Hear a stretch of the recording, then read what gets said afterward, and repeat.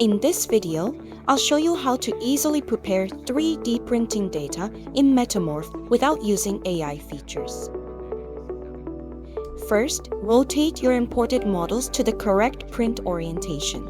The lay flat feature makes this process much easier. When viewing from below the build plate, the green areas indicate where the model contacts the build plate.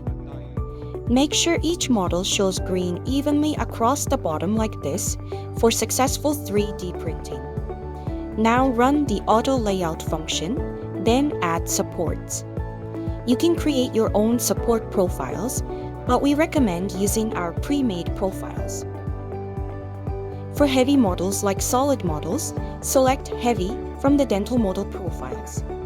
For hollowed models with empty interiors, select the standard dental model profile. It may seem like extra work, but selecting the right support profile for each model type prevents print failures.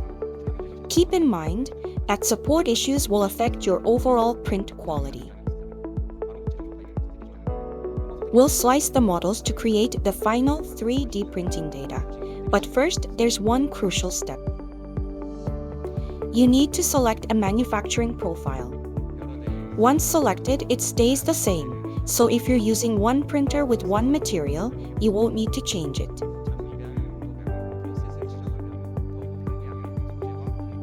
If you're using multiple 3D printers and various materials, try the preset feature.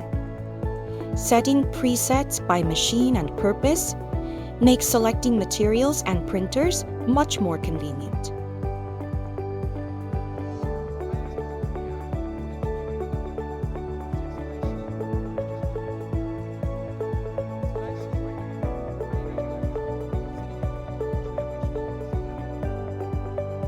Once everything is ready, click the Slice button. When slicing is complete, save the file and send it to your 3D printer.